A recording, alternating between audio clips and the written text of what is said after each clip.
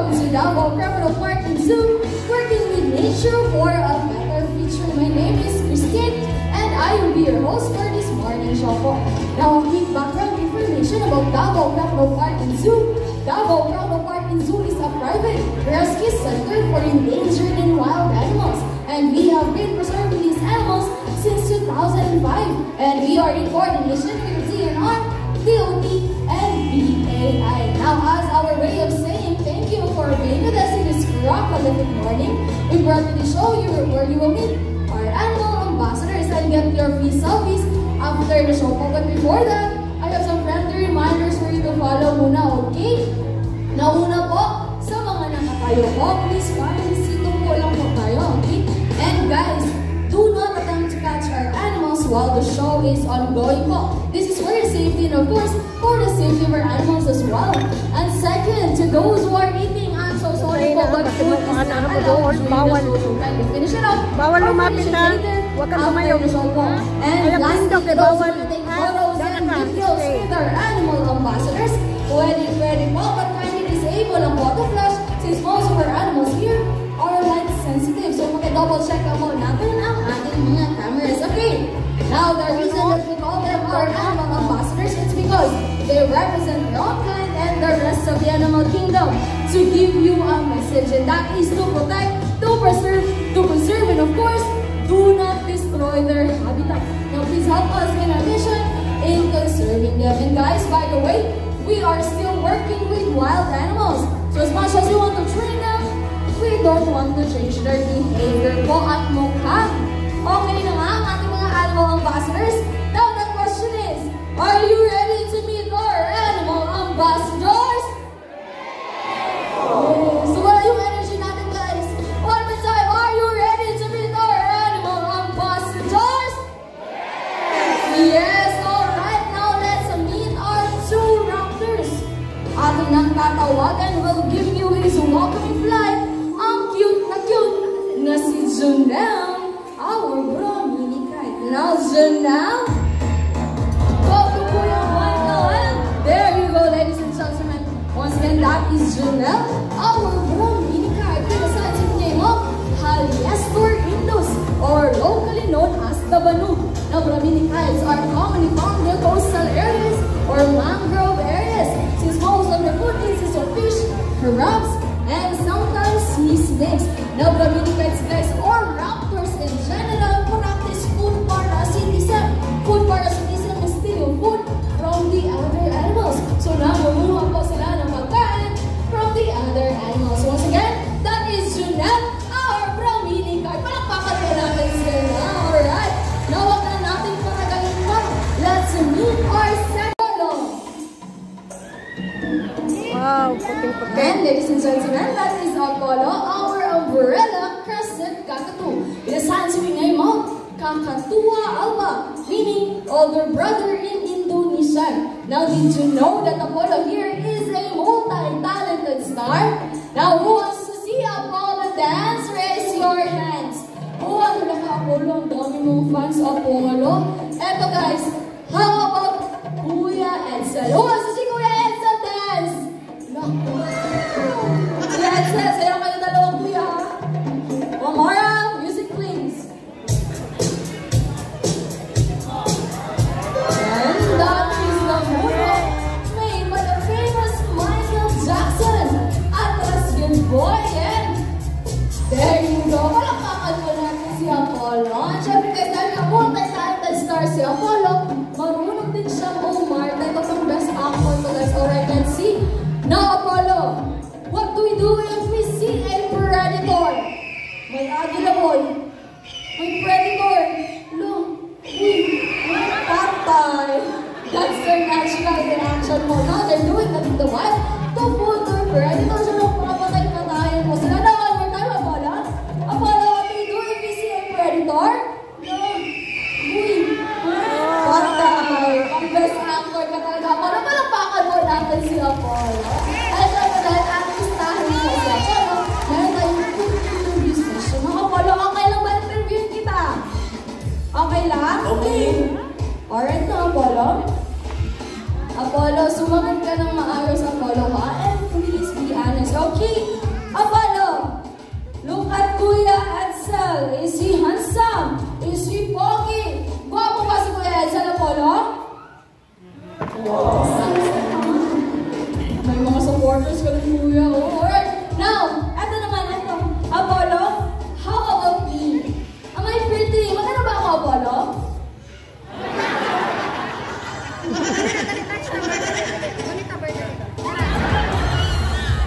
Sabi guys, nakakabit talaga si Apollo kay Kuya Edson dahil personal trainer niya po si Kuya Edson. Alright, now let's take it sa mga audience na lang, okay?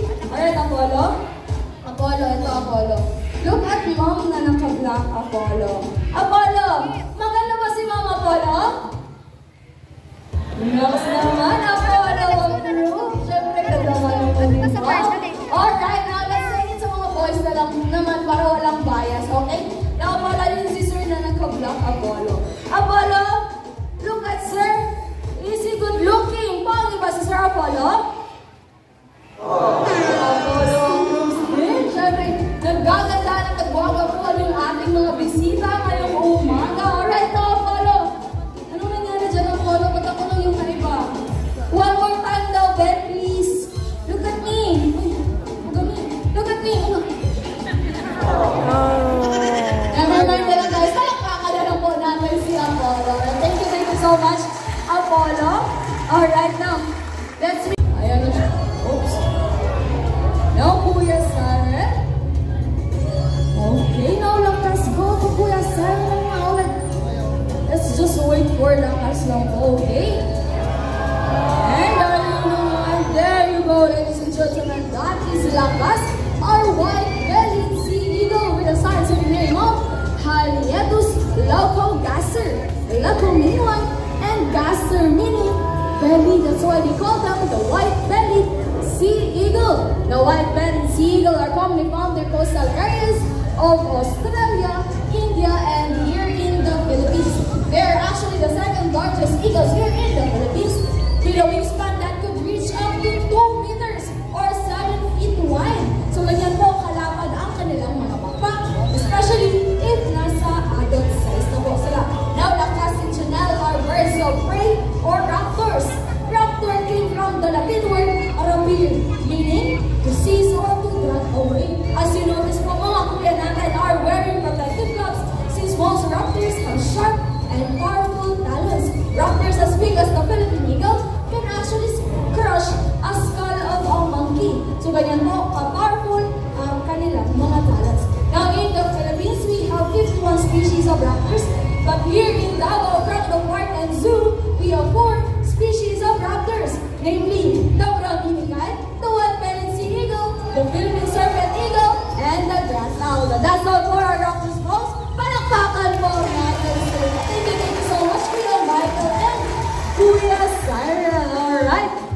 Now, let's proceed now to our next animal ambassador. Ito guys, they call them the alarm clock of the rainforest. The Kalaw, the Philippine great hornbill, na sila Mr. Bill. And of course, ang kanyang counterpart, na si JJ. Alright na guys, once again, that is Mr. Bill and JJ, or Philippine great hornbill, are also known as the Kalaw, with a scientific name of Buceros mindanensis, Mindan meaning Mindanao, and ensis meaning belonging to. Therefore, belonging to Mindanao. Now, as you know, this po, their bills are ang kanilang mga tuka. It comprises 30% of its body. And this morning, guys, magpapakitang gila sila gamit ang kanilang mga tuka. But before that, I have a job for you to follow muna, okay? Now, at the count of 3, you need to shout fly. Okay, let's practice first. 1, 2, 3, and... Nasaan yung energy natin, guys? Wala kayong kain? Ni-joke lang. One more time. More energy, louder. At the count of 3. 1, 2, 3, and... Energy. Okay, kuya. Mukhang ready na nga ang ating mga bisita. Ready na ba ang ating mga kalaw? Now, guys, prepare your cameras. Mabilis lang to. At the count of 3. 1, 2, 3, and...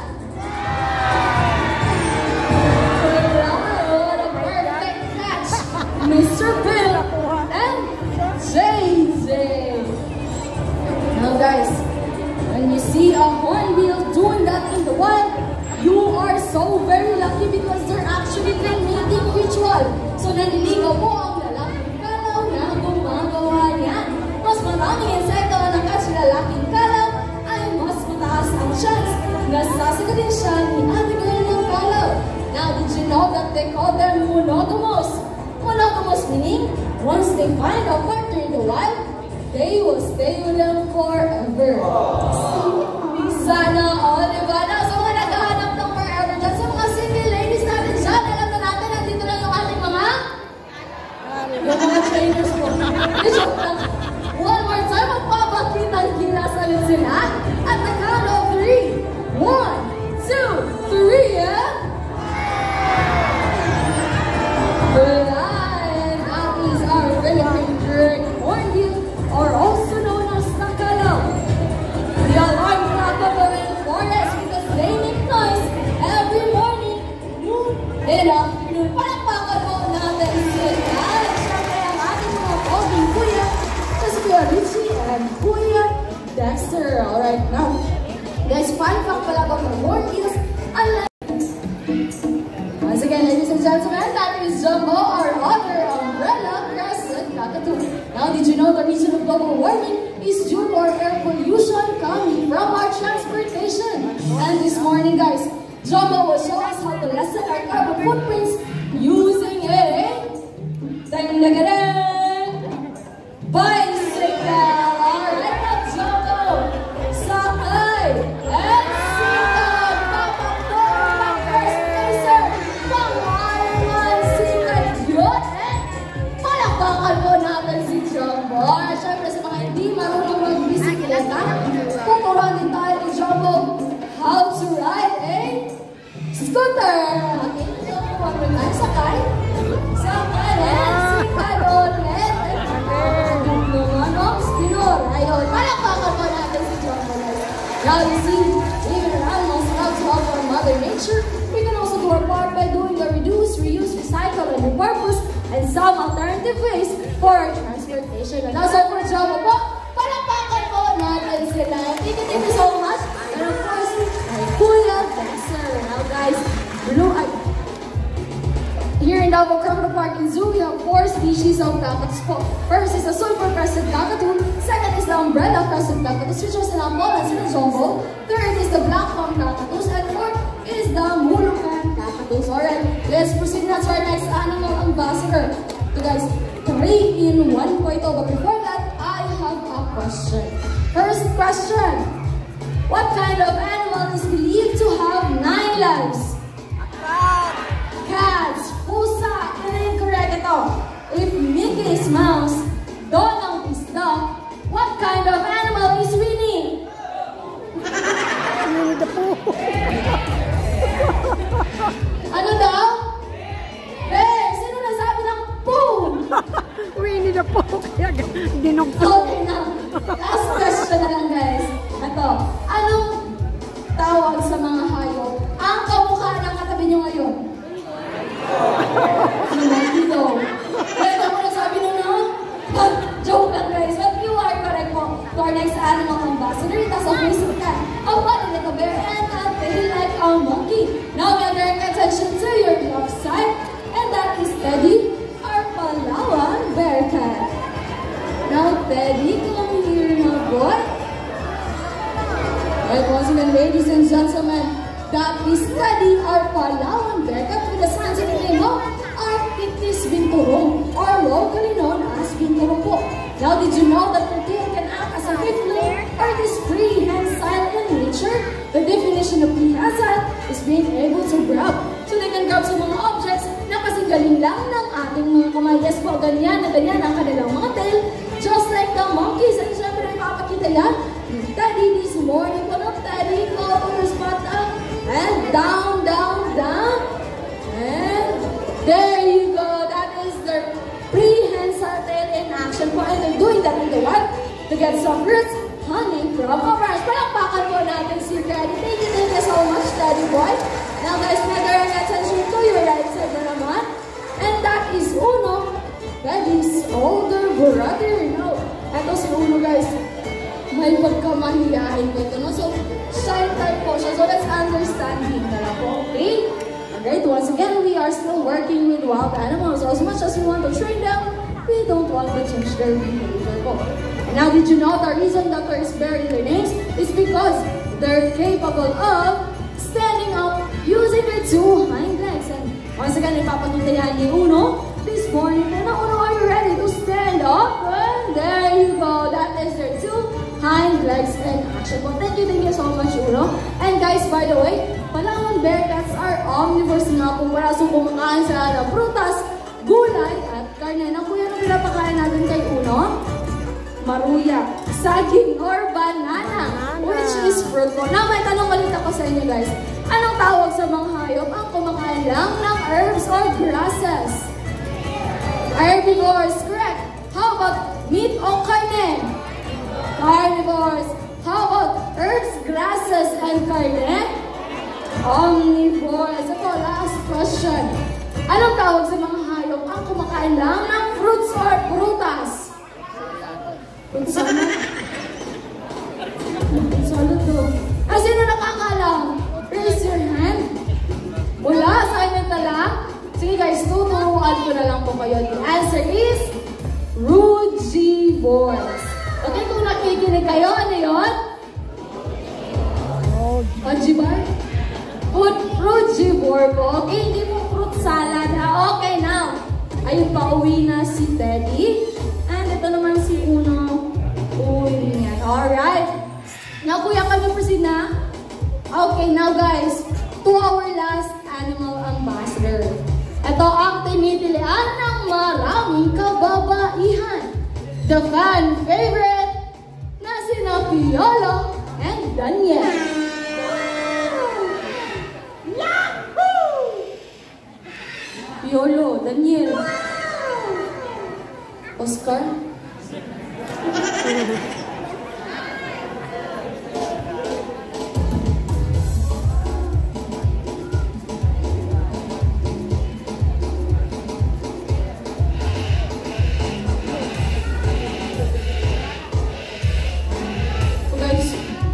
Once again, uulit-ulitin po namin sasabihin sa inyo na we are still working with wild animals.